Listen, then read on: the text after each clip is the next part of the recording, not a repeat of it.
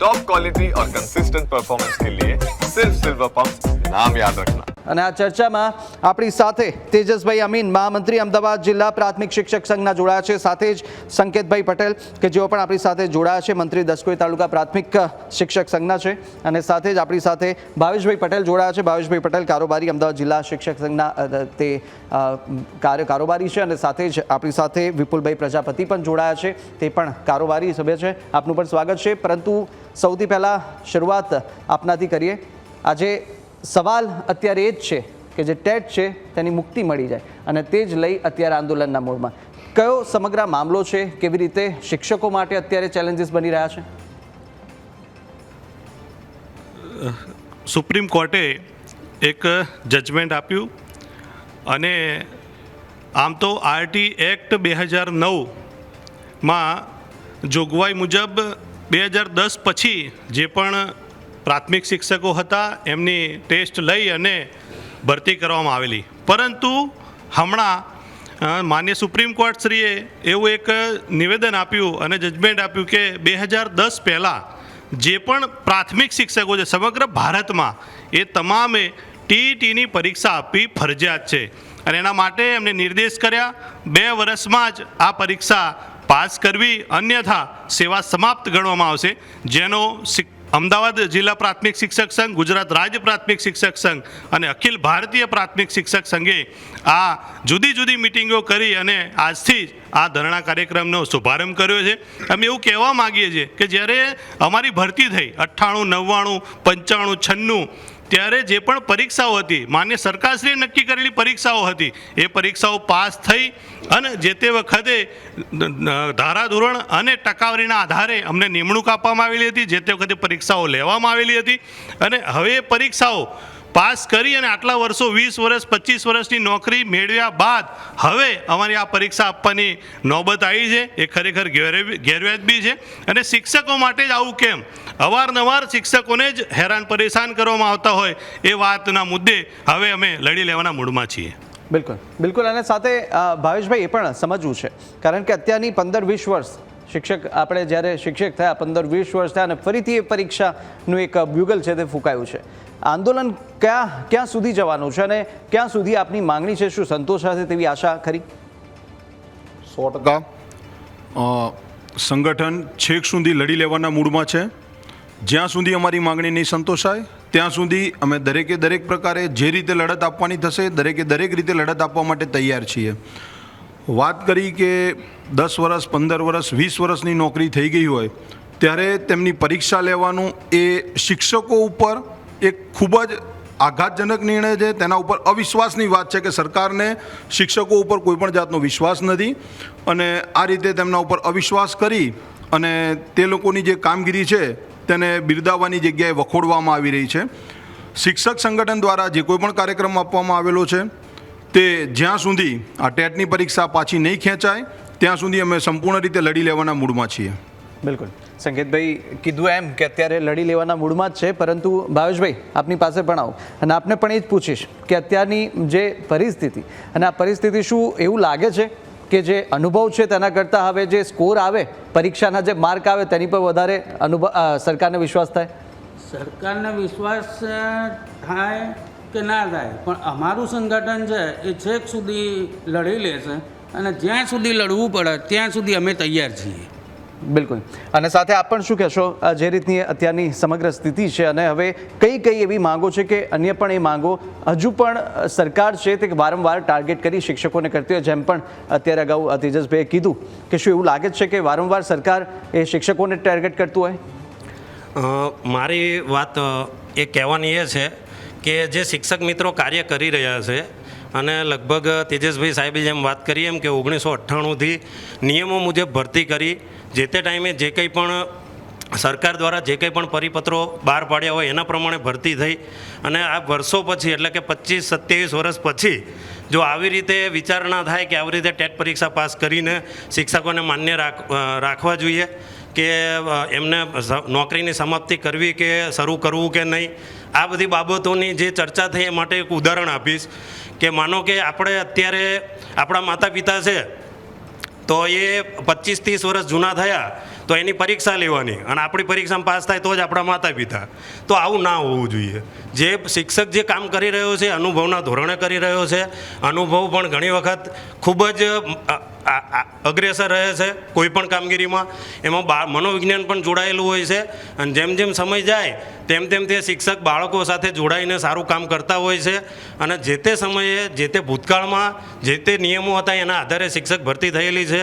સમયાંતરે 6 મહિને 12 મહિને શિક્ષકો ઉપર કંઈક ને કંઈક નવા અખતરા નવા પરિપત્રો આવતા રહે છે અને તેના અમલીકરણ માટે જેટલી ઝડપ કરવામાં આવે છે એ પણ આપણે વિચારાધીન છે કે ભાઈ શિક્ષકો માટે જે પરિપત્રો થાય છે એનું આટલું ઝડપથી કેમ એનું અમલીકરણ કરવાની દોડ જામે છે એમ. તો આ તકે વિનંતી સરકારશ્રીને પણ આપણે કરીએ છીએ કે શિક્ષક દ્વારા જ આપણે બધી પોસ્ટ ઉપર ડૉક્ટર છે, વકીલ છે કે કોઈ પણ રાજકારણમાં કે મંત્રીશ્રી બન્યા હોય તો એ શિક્ષક દ્વારા જ બનેલા છે અને એમના શિક્ષક સુધી જો એમના શિક્ષકોને આ રીતે જુદા જુદા પરિપત્રો દ્વારા કે એમની નોકરીની સમાપ્તિ સુધીની વાતો કરવામાં આવે તો એ અજુગતું લાગે છે આ તકે. બિલકુલ. અને તેજસભાઈ એ જ થઈ રહ્યું છે અત્યારે કે જો એક બીજો પ્રશ્ન એ કે જો ટેટ છે એ શિક્ષકોનું જે પરિણામ આવે એટલે કે એક માધ્યમ છે કે તેમની ક્વોલિટી તપાસવાનું શિક્ષકોની, તો પછી ટેટનો વિરોધ પણ શા માટે શિક્ષકો કરે તે પણ સવાલ થાય. શિક્ષકો વિરોધ એટલે કરે કે આ સોમાની વાત છે. શિક્ષકો પોતે પરીક્ષા પાસ કરી અને જે તે વખતે આવેલા છે. એમ તો સરકાર ધારે તો જુદી જુદી તાલીમો આપી શકે છે, વખતો વખત અપડેટ કરાવી શકે અને એ ઘણા માધ્યમ દ્વારા આ કરાવી શકે. પણ જ્યારે પરીક્ષા આવે અને સમગ્ર ભારતના શિક્ષકો એટલે આ તો એવું થયું કે જે અમે પહેલાં ડિગ્રી લીધી જે ભણ્યા એની ઉપર અસંતોષ વ્યક્ત થયો એવું અમને ચોક્કસ લાગે છે અને આ અમારા સોવાન ઉપર ઘા જેવી પ્રશ્ન છે. અને બીજું એવું પણ બને ભાઈ કે પરીક્ષા આપે 20 વર્ષ થયા 25 વર્ષ થયા હા ને હવે આપવાની થાય પરિણામ શું આવે. ઘણા બધા શિક્ષકો અત્યારે ફેમિલીમાં પણ હોય એટલે ઘણા બધા આ પરીક્ષાના કારણે પ્રશ્નો ઉપસ્થિત પણ થાય. એટલે અમારી પણ એવી માંગણી અને લાગણી છે કે ભાઈ આ બાબતે કંઈક વિચારણા થાય, તાલીમ આપવામાં આવે અથવા એની કોઈ અપડેશન માટેની કોઈ નવી વિચારણા લાવવામાં આવે અને આવું કંઈ કરી અને આ શિક્ષકોને આ પરીક્ષામાંથી મુક્તિ આપવામાં આવે એવી અમે માંગ કરીએ છીએ. બિલકુલ. અને સંકેતભાઈ એ પણ જાણવું છે કે પ્રશિક્ષણ વર્ગો પણ થતા હોય, પરંતુ પ્રશિક્ષણ વર્ગો થતા હોય તો શું ટેટ આપણે આપી ના શકીએ? પ્રશિક્ષણ વર્ગો જે કરવામાં આવે છે એ પ્રશિક્ષણ વર્ગોની અંદર જ્યારે પ્રશિક્ષણ વર્ગ શરૂ થાય એ પહેલાં એ લોકોની એક કસોટી લેવામાં આવે છે. પ્રશિક્ષણ વર્ગ પૂર્ણ થાય ત્યારબાદ પણ એમની એક કસોટી લેવામાં આવે છે અને એનો સંપૂર્ણ ડેટા જે તે તાલીમ આપનારી સંસ્થા પોતાની પાસે રાખતી હોય છે. તો એ લોકોની જોડે ઓલરેડી ડેટા છે કે ભાઈ શિક્ષકોએ જે કોઈ પણ તાલીમ લીધી છે એ લોકોને અમે અપડેટ કર્યા છે, નવું જે કંઈ પણ વર્ઝન આવેલું છે એ દરેક વસ્તુથી નવા જે કંઈ પણ અભ્યાસક્રમ બન્યા છે એ દરેક વસ્તુથી સરકારે અમને અવગત કરેલા છે, તાલીમ આપેલી છે. એમ છતાં પણ આ પરીક્ષા લઈ અને શિક્ષકોને જે કોઈ પણ સરકાર દ્વારા તાલીમ આપવા આવે છે એના ઉપર પણ અવિશ્વાસ છે. તો આ અવિશ્વાસ કરવાની જગ્યાએ વિશ્વાસ રાખી અને કાર્ય કરાવવા જોઈએ. દરેક કામ શિક્ષક પોતે ખંતથી કરતો હોય તો આ તો એનું પોતાનું કાર્ય છે. શિક્ષણ એના માટે જ એની નિમણૂક કરવામાં આવેલી છે, તો એ તો કેટલા ખંતથી કરતો હશે એ પ્રશ્ન પૂછવાનો જ નથી આવતો. બિલકુલ. વિપુલભાઈ અત્યારની જે પરીક્ષાની વાત અને આપની પણ માંગ છે તે માંગની સાથે એ પણ જાણવું છે કે શું આ વખતે જે રીતે આમ પરીક્ષાઓ જે આવ્યા કરે અને જે રીતે આ નિર્ણયો થાય તો શું એક શિક્ષકો છે, અનુભવી શિક્ષકો છે, વર્ષોથી 20-25 વર્ષથી શિક્ષકમાં તે કાર્યરત છે, તો તેમનું પણ ક્યાંક મનોબળ તૂટતું હોય આ પ્રમાણે જ્યારે નીતિ અપનાવવામાં આવે ત્યારે? 100% શિક્ષકો જે રૂટીન સતત કાર્ય કરી રહ્યા છે અને લગભગ છેલ્લા 4-5 વર્ષથી આપણે જોઈ રહ્યા છીએ કે સતત ઓનલાઈન કામગીરી વધતી રહી છે. જે બાળકોનો ડેટા રાજ્ય સરકાર દ્વારા અલગ વેબસાઇટ ઉપર માગવામાં આવે છે, કેન્દ્ર સરકાર દ્વારા અલગ વેબસાઇટ ઉપર માગવામાં આવે છે. રોજ સવારે શિક્ષક સ્કૂલમાં પહોંચે ત્યારથી એને મોબાઈલ સાથે જોડાઈને કામ કરવું પડે છે. બાળકોની ઓનલાઈન હાજરી કરવી, બાળકોનો ડેટા અપડેટ કરવો, બાળકોના જે એકમ કસોટી લેવાય કે જે ત્રિમાસિક કસોટી લેવાય એના માર્ક ઓનલાઈન કરવા, સત્રાંત પરીક્ષા લેવાય એના માર્ક ઓનલાઈન કરવા, દરેક બાબત એક હાર્ડ કોપીમાં તો શિક્ષકે રાખવાની જ હોય છે, સાથે સાથે એને સોફ્ટ એટલે ઓનલાઈન પણ કરવાની હોય છે. અને સાથે જીવંત વ્યક્તિઓ એટલે કે પેરેન્ટ્સ અને દરેક વ્યક્તિને સાથે સંભાળવાના હોય છે. બાળક પણ જીવન છે, એની સાથે જે સમય સાથે જે પ્રશ્નો થાય છે એને ટેકલ કરવાના હોય છે.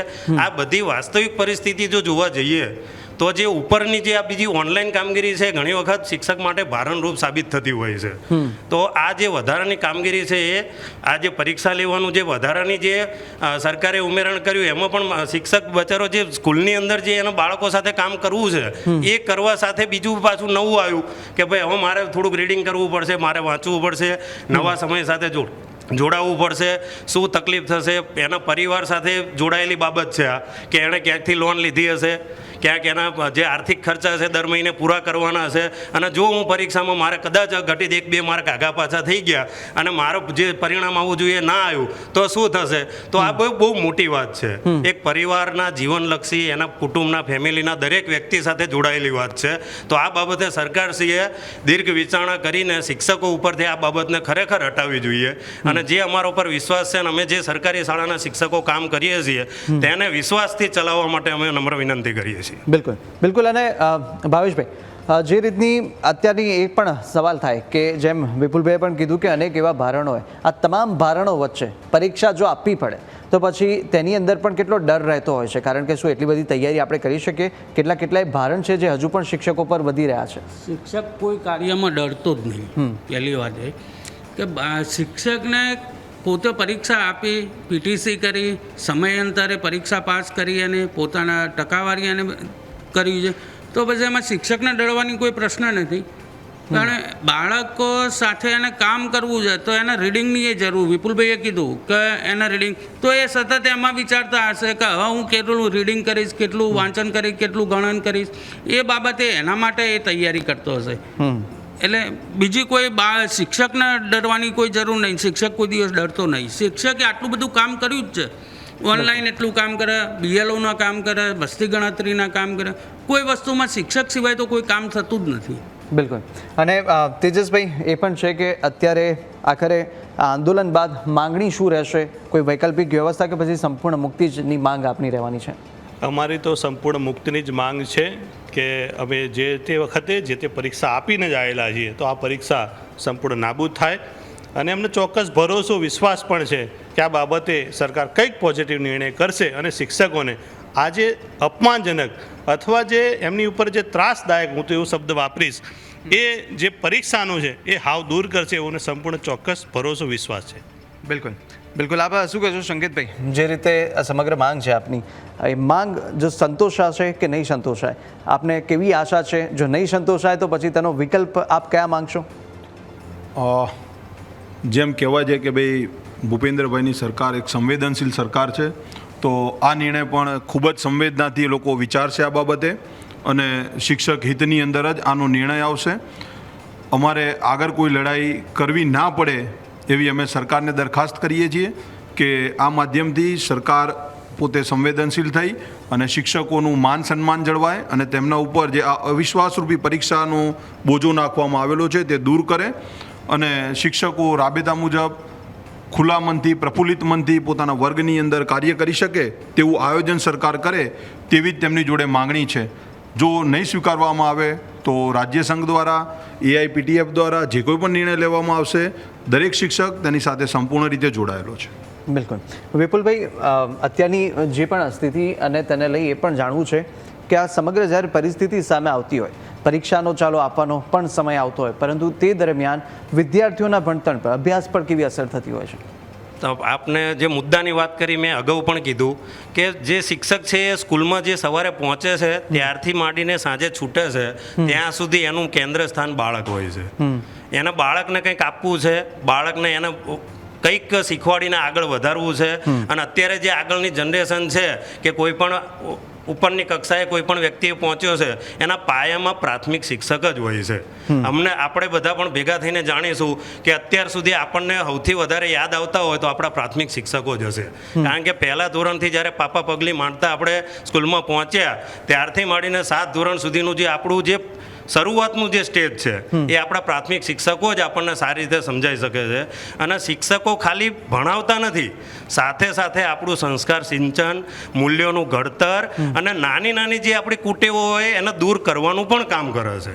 તો આ તકે જો આવા જે શિક્ષકો જે આપણા મૂલ્યો સાથે જળવાયેલા છે, સંકળાયેલા છે અને આપણે મૂલ્ય શિક્ષણ અને સમાજને એક ઊંચી દિશામાં, આગળની દિશામાં લઈ જઈ રહ્યા છે, જો એમના ઉપર અવિશ્વાસ મૂકી અને આવી રીતે પરીક્ષાલક્ષી કાર્યક્રમ કરી અને જો પરીક્ષા લેવામાં આવે, હું પહેલી જ વાત પરીક્ષાને એવી માનું છું કે આપણે સમાજમાં ઘણા બધા ઉદાહરણો જોઈએ છીએ કે પરીક્ષામાં ટોપર હોય અને 10મા કે 12મામાં ફેલ થયા હોય 4-5 વખત, એવાય કલેક્ટર બનેલા મેં જોયા છે.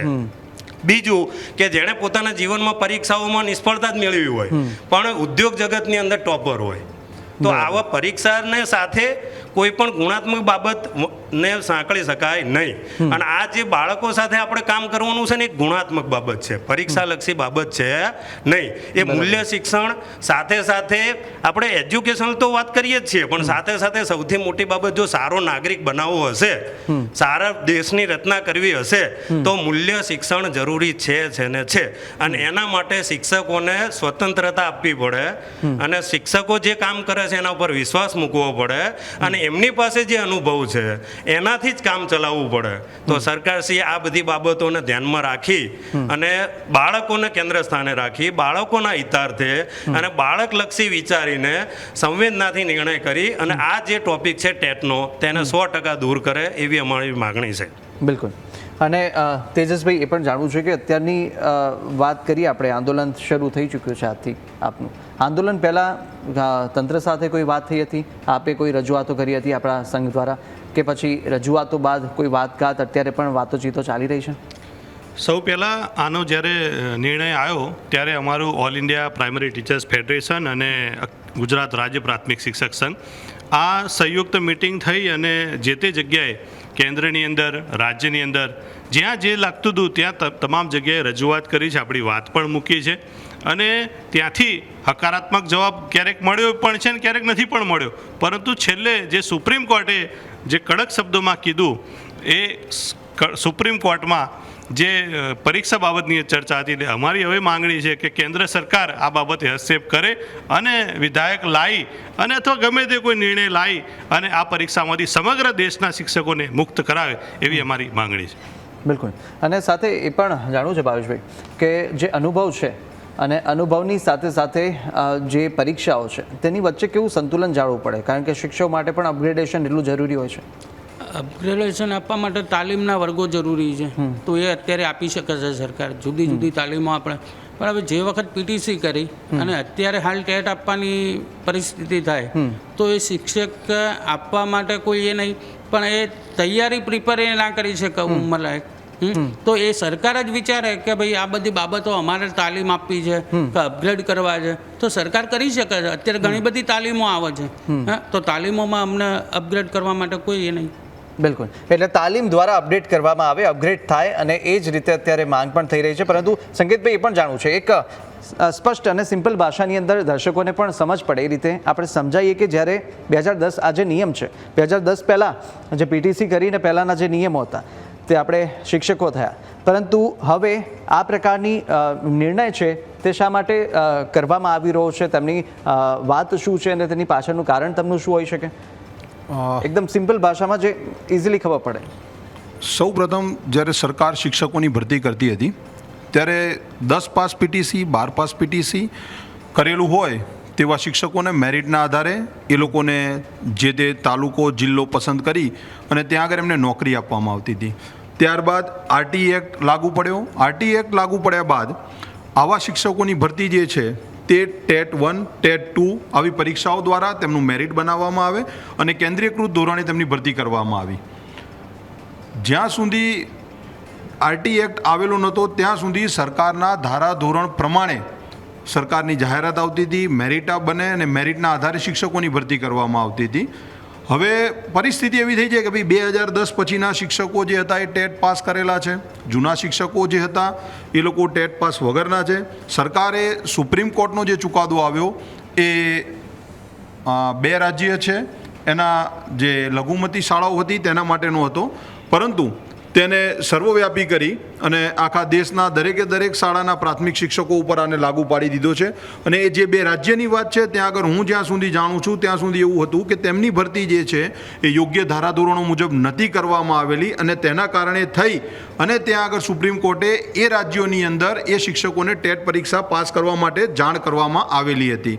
પરંતુ એ શિક્ષકોને પણ અન્યાય ના થાય તેના માટે અખિલ ભારતીય પ્રાથમિક શિક્ષક સંઘ દ્વારા આ કેસને સુપ્રીમ કોર્ટની અંદર જોઈન્ટ થયા હતા અને તેની અંદર શિક્ષકોને અન્યાય ના થાય તે બાબતની રજૂઆત કરવામાં આવેલી હતી. પરંતુ ત્યારબાદ જ્યારે સુપ્રીમ કોર્ટે ચુકાદો આપ્યો કે હવે સંપૂર્ણ દેશના દરેકે દરેક પ્રાથમિક શાળાના શિક્ષકોને આ પરીક્ષા આપવાની છે અને પાસ કરશે તો જ એમને આગળ નોકરી કન્ટિન્યુ કરી શકશે, નહીતર ત્યાં આગળ 2028 પછી એમની નોકરી ત્યાં સમાપ્ત થશે. એવી એક ભાવના શિક્ષકોના મનની અંદર બેસી ગઈ છે કે બીક બેસી ગઈ છે કે ભાઈ 2028 પછી જો પરીક્ષા અમે પાસ નહીં કરીએ તો અમને લોકોને નોકરીમાંથી બરતરફ કરી દેવામાં આવશે, અમારા સંસારનું શું થશે, અમારા પરિવારનું શું થશે. આ બાબતે સરકારે પણ વિચારણા કરવી જોઈએ કે ભાઈ જે રાજ્યની અંદર ગેરકાયદેસર રીતે ભરતી થયેલી હતી ત્યાં તમે આ નિર્ણય લાવો છો એ યોગ્ય છે. બાકી આપણા ગુજરાત રાજ્યની અંદર તો ખૂબ જ પારદર્શી વહીવટ દ્વારા દરેકે દરેકની ભરતી કરવામાં આવેલી છે. તો આ બાબતે એકવાર યોગ્ય રીતે વિચારવા જેવું છે. જ્યાં સુધી હું કહું છું કે ભાઈ શિક્ષકોને પરીક્ષા આપવાથી કોઈ ડર લાગતો નથી, એ એનું કાર્ય ખૂબ જ બખૂબી રીતે નિભાવી રહ્યા છે. તમે કોઈ વર્ગમાં જાઓ, બરોબર છે, પહેલા ધોરણનો શિક્ષક છે, બાળવાટિકાનો શિક્ષક છે, પોતાની ખૂબ જ ખંત દ્વારા ખૂબ જ મહેનતથી રોજ અલગ અલગ પ્રયોગો કરીને બાળકોને સંપૂર્ણ જ્ઞાન કેવી રીતે આલવું તેના માટેના ખૂબ જ સુંદર પ્રયત્નો કરી રહ્યો છે. હવે એ શિક્ષકને જ્યારે પરીક્ષા આપવા માટે ફરજ પાડવામાં આવશે કે એના ઉપર દબાણ કરવામાં આવશે ત્યારે એ શિક્ષક જે ખુલ્લા મનથી મોકળાશથી બાળકોને ભણાવતો હતો એના મનની અંદર 90% ડર એવો છે કે પરીક્ષા પાસ કરવાની છે, પરીક્ષા આપવાની છે. એના વિચારની અંદર એ પોતે એ જીવંત બાળકને પોતે ભણાવવામાં પણ થોડો ઘણો અસમર્થ થશે, કારણ એનું મગજ બીજી જગ્યાએ વિચારવા માંડે છે. તો આ ના થવું જોઈએ. આ બાળકો સાથે પણ એક પ્રકારની રમત છે. બિલકુલ બિલકુલ. એટલે અત્યારની સ્થિતિ એ જ છે અને સાથે એ જ અત્યારે કે જ્યાં આંદોલન હવે એટલે થયું છે કારણ કે જે ભણતર છે વિદ્યાર્થીઓનું પણ બગડશે અને સાથે જે શિક્ષકો છે કે જેમનો અનુભવ આટલો બહોળો હોય ને તે છતાં પણ જ્યારે તેમની પર અવિશ્વાસ મૂકવામાં આવતો હોય તેવા આક્ષેપો સાથે અત્યારે એક રોષ છે એ શિક્ષકોની અંદર જોવા મળી રહ્યો છે. આપ તમામ અમારી સાથે જોડાયા તે બદલ આપનો ખૂબ ખૂબ આભાર. અને હાલ વિશેષ રજૂઆતમાં બસ આટલું. વધુ મહત્વના સમાચાર અપડેટ માટે ન્યૂઝ કેપિટલ આપ તમામ સોશિયલ મીડિયા પ્લેટફોર્મ પર ફોલો કરી શકો છો.